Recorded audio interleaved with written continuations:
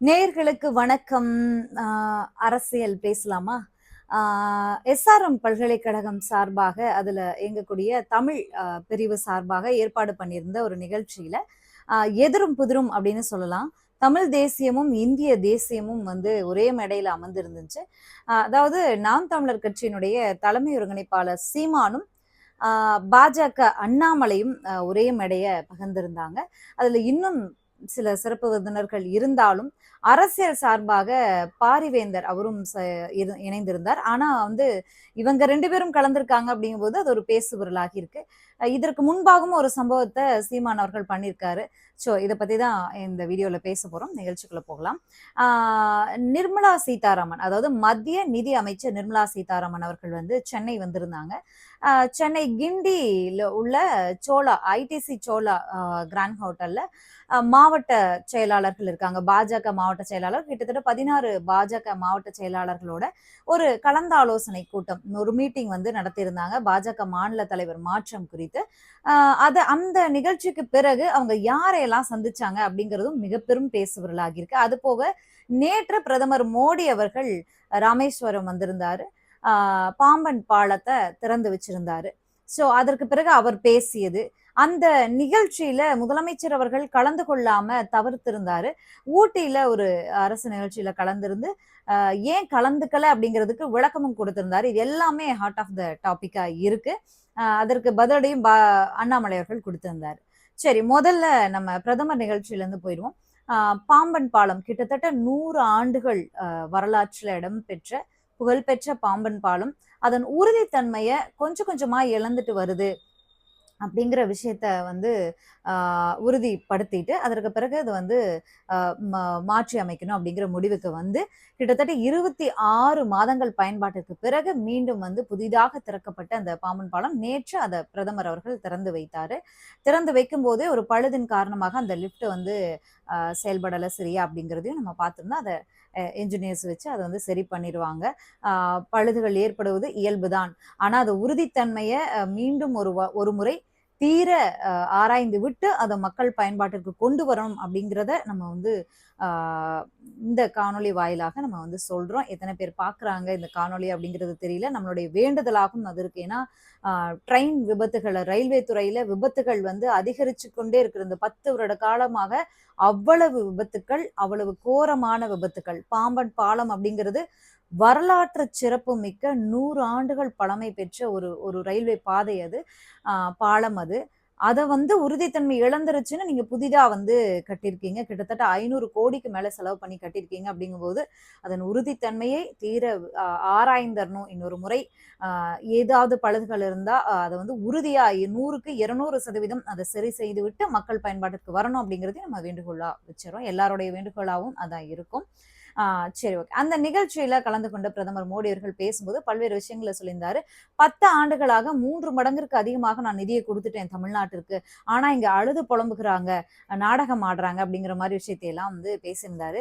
தமிழக அரசு, தமிழ்நாட்டினுடைய நிதி அமைச்சர் தங்கம் தென்னரசு தொடர்ந்து புள்ளி விபரத்தோட வந்து எந்தெந்த துறைக்கு எவ்வளவு நிதி வந்து இன்னும் மத்திய அரசு தர வேண்டியது இருக்கு, அதுல மத்திய அரசனுடைய பங்கீடு என்ன, மாநில அரசனுடைய பங்கீடு என்ன, எதற்காக கொடுக்க மறுக்கிறாங்க அப்படின்னு கல்வித்துறை அமைச்சரும் சரி, நிதித்துறை அமைச்சரும் சரி, முதல்வர் அவர்களும் சரி, துணை முதலமைச்சரும் சரி, அது யாரா வேணா இருக்கட்டும், ஆட்சி பண்ணிட்டு போய் மாநில அரசு மத்திய அரசு அவ்வளவுதாங்க விஷயம். அப்படிங்கும்போது புள்ளி விபரமா அடுக்கியிருக்காங்க. ஏன் பிரதமர் மோடி அவர்கள் பேசும்போது புள்ளி விபரத்தோட நான் இந்த விஷயத்துக்கு இவ்வளவு நிதி கொடுத்திருக்கேன், கல்விக்கு இவ்வளவு நிதி கொடுத்திருக்கேன் அப்படின்னு நீங்க சொல்லிருக்க வேண்டியதானே, ஆதாரத்தோட அடுக்கியிருக்க வேண்டியதானே, ஆதாரத்தை பேப்பரா தூக்கி வீசிருக்க வேண்டியதானே மீடியாவுக்கு, ஏன் கொடுக்கல?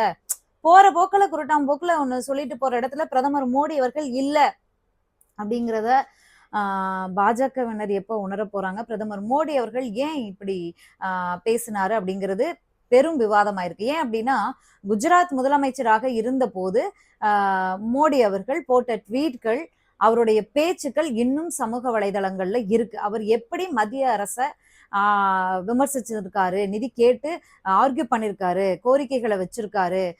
நாங்க என்ன வந்து பிச்சைக்காரங்களா மாநில அரசு அப்படிங்கிற மாதிரி எல்லாம் பேசியிருக்காரு. அந்த விஷயங்கள்லாம் இன்னுமே சோசியல் மீடியால இருக்கு. அப்படி இருக்கும்போது பிரதமர் அவர்கள் இப்படி பேசலாமா அப்படிங்கிற விமர்சனம் ரொம்ப கடுமையாவே எழுந்திருக்கு.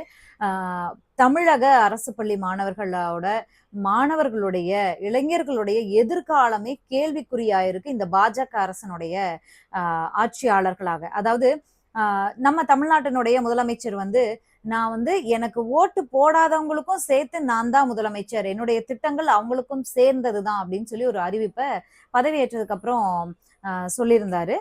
ஆனா பிரதமர் அவர்களும் ஆளக்கூடிய பாஜக கூட்டணி அரசும் இப்படி ஒரு எண்ணம் அவங்க இடத்துல இல்ல அப்படிங்கறத தான் வந்து அவங்களுடைய இந்த ஹிஸ்டரி மூலியமாக தெரிஞ்சுக்க முடியுது எல்லா மக்களாலையும். இந்த சமூக வலைதளங்கள் அதற்கு ரொம்பவே பயன்படுது அப்படிங்கிறதுல ரொம்ப சந்தோஷம் தான். ஏன் அப்படின்னா பாஜக கூட்டணி கட்சியினர் ஆட்சி செய்யக்கூடிய மாநிலங்களுக்கு தேவைக்கு அதிகமாகவே நிதி வந்து அளிக்கப்படுகிறது. திட்டங்கள் வந்து உடனுக்குடனாக நிறைவேற்றி கொடுக்கப்படுகிறது. ஆனா பாஜக ஆட்சி செய்யாத மாநிலங்கள்ல, குறிப்பா தென் மாநிலங்கள்ல நிதி ஒதுக்குவதில் எவ்வளவு முரண்பாடு அப்படிங்கிறத தெளிவாவே பார்த்துக்கலாம். எல்லாரும் தினந்தோறும் செய்திகள்ல பார்க்குறோம், பேப்பர்கள்ல படிக்கிறோம். அப்படிங்கும்போது நம்ம எல்லாருக்குமே தெரிஞ்ச விஷயம்தான். இதுல மாற்றம் வரணும், யார் ஆளுங்கட்சியாக இருந்தாலும் அப்படிங்கிறதா நம்முடைய கோரிக்கையா இருந்துச்சு. முதலமைச்சர் அவர்கள் பல்வேறு விஷயங்களை சொல்லி நிதி கொடுக்காம இருக்காங்க அப்படிங்கிற மாதிரி சொல்லியிருந்தாரு. அதோட இந்த தொகுதி மறுசீரமைப்பு இதற்கு கடுமையான விஷயத்த வந்து அவர் வந்து முன் சொல்லியிருந்தாரு. விளக்கத்தை அளிக்கணும், மத்திய அரசும் பிரதமரும் விளக்கம் அளிக்க வேண்டும். வந்து இந்த தொகுதி மறுசீரமைப்பு அப்படிங்கிறது மக்கள் தொகை அடிப்படையில பண்ண மாட்டோம் அப்படிங்கிறதுக்கு உறுதி கொடுக்கணும் பிரதமர் அவர்கள் அப்படிங்கிற வேண்டுகோள்களை எல்லாம் விடுத்திருந்தாரு. சரி, இது ஒரு புறம் இருக்க, பாஜக மாநில தலைவராக இருந்த அண்ணாமலை அவர்கள் பிரஸ் மீட் கொடுத்திருந்தாரு. ஒரு மாநிலத்திற்கு கிட்டத்தட்ட 8,000 கோடிக்கு மேல திட்டங்களை துவங்கி வைத்து வந்த பிரதமர் அவர்களை வரவேற்க முதலமைச்சர், அதாவது அந்த நிகழ்ச்சியில கூட கலந்துக்கல. அதுல வந்து முதலமைச்சர் அவர்களின் பெயரும் இருந்துச்சு. இது வந்து ரொம்பவே தவறு, ஒரு நன்றி கூட சொல்லல, இது ரொம்ப ரொம்ப தவறு அப்படிங்கிற மாதிரி அவருடைய கருத்தை வந்து முன் வச்சிருந்தாரு. சரி, இப்ப பாஜக மாநில தலைவர் மாற்றம் உறுதியாகிருச்சு, நான் அந்த போட்டியில இல்ல அப்படிங்கிறத அவர் வாயாலேயே சொல்லிட்டாரு. அது போக அவருடைய பேச்சுக்கள்ல வந்து ஒரு சுணக்கம் தென்படுறத பார்க்க முடியுது.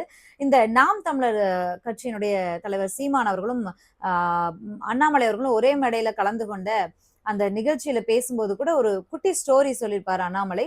அதுல வந்து நான் சிறுவனாக இருந்த போது நான் வந்து ஒரு நாடக நிகழ்ச்சியில கலந்துகிட்டேன். அதுல வந்து நான் வந்து அடிபட்டு கத்துற மாதிரி ஒரு சீன் இருந்துச்சு.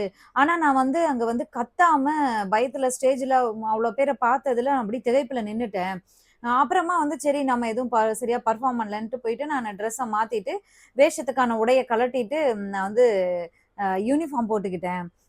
ஆனா வந்து சிறப்பாக வெற்றி பெற்ற அந்த நிகழ்ச்சியில சிறப்பாக வெற்றி பெற்ற மாணவன் அண்ணாமலை, தம்பி அண்ணாமலை அப்படின்னு சொல்லி எனக்கு பரிசு கொடுத்தாங்க. எனக்கு ரொம்ப ஆச்சரியமா போச்சு. என்னடா அது நமக்கு பரிசு கொடுத்தாங்க அப்படின்னு சொல்லி ஒரு குட்டி ஸ்டோரி சொல்லியிருந்தாரு. அதுவுமே எதுவுமே செய்யாம செத்த போன மாதிரி இருக்கணுமா, அதுக்குதான் பரிசா அப்படின்னு சொல்லியிருந்தாரு. இந்த குட்டி ஸ்டோரிய இப்போ பாஜக மாநில தலைவர் மாற்றத்தோட நீங்க பொருத்தி பார்த்தீங்கன்னா உங்களுக்கு கண்டிப்பாக புரியும். நான் வந்து இந்த வீடியோ ஆரம்பிச்சப்போ ஒரு தப்பு பண்ணிட்டேன். ஆக்சுவலி முதல்ல இந்த குட்டி ஸ்டோரியை தான் சொல்லியிருக்கணும். வந்து பின்னாடி கொண்டு வந்துட்டு அப்படிங்கிறத வருத்தத்தை தெரிவிச்சுக்கிறேன். இந்த ஸ்டோரியை கேட்டதுலேருந்தே உங்களுக்கு தெரிஞ்சிருக்கும் அவர் எந்த அளவுக்கு மன உளைச்சலுக்கு உள்ளாக்கி இருக்கார் அப்படின்னு. மாநில தலைவர் அப்படிங்கிற பதவியை விட்டு இறங்க அவர் விரும்பல அப்படிங்கிறதையும் நம்ம இதன் மூலியமா தெரிஞ்சுக்கலாம். என்னதான் வந்து அவர் சந்திக்கக்கூடிய பிரஸ் மீட்ல எல்லாம் வந்து தலைவருங்கிறது வந்து நிரந்தர பதவி கிடையாது, மாறிக்கிட்டே இருப்பாங்க, நான் வந்து கட்சி தொண்டனா இருந்து பணி செய்வேன் அப்படின்லாம் சொன்னா கூட அவர் எந்த அளவுக்கு சுணங்கி போயிருக்கார் அப்படிங்கிறத இதன் மூலியமாவே தெரிஞ்சுக்கலாம். அதோட நானும் சீமான் அவர்களும் வேறு இல்லை அப்படின்னு சொன்னாரு. அதற்கு வந்து எந்த ஆட்சேபனையும் சீமான் அவர்களும் தெரிவிக்கல அப்படிங்கிறதுல இருந்தே சீமான் அவர்கள் நிர்மலா சீதாராமன் அவர்களை சந்திச்சு பேசியிருக்கார் அப்படின்னு சொல்லி அவர் மறுத்திருக்கார். ஆனா மெயின் ஸ்ட்ரீம் ஊடகங்கள்ல செய்தி போச்சு. அந்த செய்தி வந்து பொய், இது வந்து இந்த சந்திப்பு நடைபெறல அப்படின்னு எந்த செய்தி சேனல்களும் எந்த ஊடகமும் மறுப்பு செய்தி வெளியிடவே இல்லை. அப்போ இதன் மூலியமாவே சீமான் அவர்கள் மத்திய நிதி அமைச்சர் நிர்மலா சீதாராமன் அவர்களை சந்திச்சதை நம்ம உறுதிப்படுத்திக்கலாம் அப்படிங்கறதையும் இந்த நேரத்துல நான் சொல்லிடுறேன். சரி, அதாவது பாஜகவோடு கூட்டணி இல்லை அப்படின்னாலும் பாஜகவோடு தமிழக பாஜகவோடு இல்ல அதிமுகவோடு நான் கூட்டணி போக மாட்டேன் அப்படின்னு சொல்லிட்டு இருந்த சீமான் அவர்களுக்கு இப்ப தேசிய ஜனநாயக கூட்டணியில இணைப்பதற்கான முயற்சிகள் நடைபெற்று வருகிறது. அதற்கான பேச்சுவார்த்தைகள் நடைபெற்று வருகிறது. அதில் ஒரு சந்திப்பு தான் இந்த மத்திய நிதி அமைச்சர் நிர்மலா சீதாராமன் அவர்களை சந்திச்சது. ஆனா நாம் தமிழர் ஆதரவாளர்கள் என்ன சொல்றாங்க அப்படின்னா, கூட்டணியில இருந்து அழைப்பு கொடுத்தாங்க. ஆனா என்னைக்கும் நான் அந்த கூட்டணிக்கு வரமாட்டேன் அப்படின்னு சீமான் அவர்கள் சொன்னதாக ஒரு கருத்து அவர்கள் பேசுறாங்க. இன்னொரு தரப்பு என்ன சொல்றதுன்னா, ஆமாமா உங்க அண்ணன் சீமான் அவர்கள் அந்த கூட்டணிக்கு பாஜக கூட்டணிக்கு போய் பல வருடம் ஆச்சு. மறைமுகமாக அவர் கூட்டணியில இருக்கிறார். நேரடி கூட்டணியில இல்ல, மறைமுக கூட்டணியில இருக்காரு. வெளியில இருந்தே ஆதரவு தெரிவிக்கக்கூடிய கூட்டணியில இருக்காரு. அப்படிங்கிற கருத்துக்கள் சோசியல் மீடியால காரசாரமான விவாதமாக போய்க்கொண்டிருக்கிறது. சரி, என்ன நடக்குது அரசியல் போக்குகள்ல அடுத்தது என்ன நடக்குது அப்படிங்கறது பொறுத்து இருந்து பார்க்கலாம். ஆனால் பாஜக தலைவர் மாற்றம் உறுதி செய்யப்பட்டு விட்டது.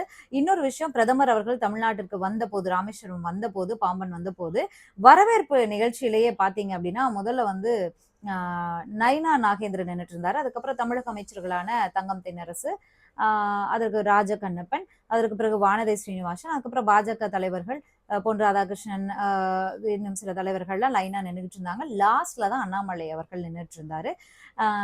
நயினா நாகேந்திரன் அவர்கள் அந்த இடத்துல எதுக்கு வரவேற்பு நிகழ்ச்சியில ஓகே, இந்த நிகழ்ச்சியில கூட எதுக்கு அவருக்கு முன்னுரிமை அளிக்கப்பட்டது, அப்ப அடுத்த தலைவர் இவர்தானா அப்படின்னு கேட்கப்படுது. நயினா நாகேந்திரன் அவர்களை தான் அதிமுகவினரும் ரெஃபர் பண்ணதாகவும் பாஜக தலைவர்களும் ரெஃபர் பண்ணியிருக்காங்க அப்படிங்கிற உறுதியான தகவல் கிடைத்திருக்கிறது. அடுத்த தலைவராக கண்டிப்பாக நயினா நாகேந்திரன் அவர்கள் தான் 99% உறுதி அப்படின்னு சொல்லப்படுது. இன்னொரு தரப்பு என்ன சொல்றாங்க அப்படின்னா, இது வரைக்கும் அரசியலுக்கே அறிமுகமாகாத 5 இளைஞர்களை அண்ணாமலை அவர்களுக்கு ரீப்ளேஸ்மெண்ட்னா ஒரு யங்ஸ்டர், ஒரு பரபரப்பாக இயங்கக்கூடிய ஒரு நபர் தான் வரணும். அப்படிப்பட்ட ஒரு 5 நபர்கள் தொடர்பான லிஸ்ட் கொடுக்கப்பட்டிருக்கு அமித்ஷாவிடம். அவர் இறுதியாக முடிவெடுத்து பிரதமர் மோடிக்கு அதை அனுப்புவார் அப்படின்னு சொல்லப்படுது. இன்னும் 2 தினங்கள்ல அறிவிப்பே வந்துட போகுது. பார்ப்போம், பொறுத்திருந்து யார் அடுத்த தலைவர் அப்படிங்கிறதையும் பார்ப்போம். தமிழக அரசியல் களத்துல என்ன நடக்குது அப்படிங்கிறதையும் பொறுத்திருந்து பார்க்கலாம். நன்றி, வணக்கம்.